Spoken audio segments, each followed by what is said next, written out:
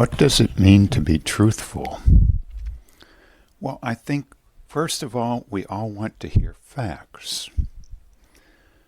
Now, some people, I think myself in the past included, get wrapped around the axle if something isn't precise in manner. So a fact doesn't have to be precise. But in my mind, there are several things that the truth, the whole truth, and nothing but the truth ought to include.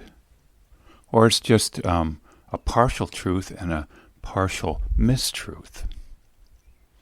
For instance, if we state the way something is, but we incorrectly state how it got that way or what it could be in the future, by way of saying that it could have done otherwise if it had tried harder, or if it had simply not been lazy, if it could pull itself up by its bootstraps, in other words, if it had free will, then to me that's a partial mistruth about something else we had just stated.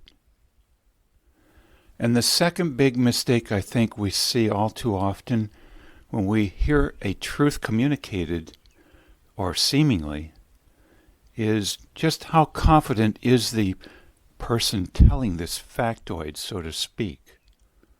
In other words, if they communicate utter certainty, say, no doubt, or if they say, well, it's scientific, or it's the latest thing, or it's been double-blind tested, or if we say everybody corroborates on it, everybody's on the bandwagon on this factoid, or it's put out by trained professionals versus armchair philosophers and such, or alternative medicine practitioners, frauds, what have you, well then, in my mind, this is all part and parcel of having too much certainty, and thus a grave error in factualism. Hence, again, I believe two key things can make a fact have non-facts along with them. First, are we talking about people, and then how that person got to be that way and what they could be in the future? Are we looking at it from free will or determinism and the words to boot?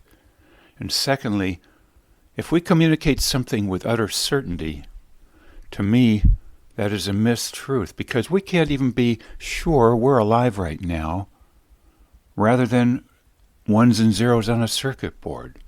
And we can't be assured 100% that we're even awake right now and not dreaming, as per Rip Van Winkle, who woke up in his 70s after drinking the mead earlier in life. We can't really be sure of anything. We have approximations. It seems to me the more reason to be more sure than less sure is the less denials we have in our lives, the more likely we are to be on the track of truth. So those are my thoughts then.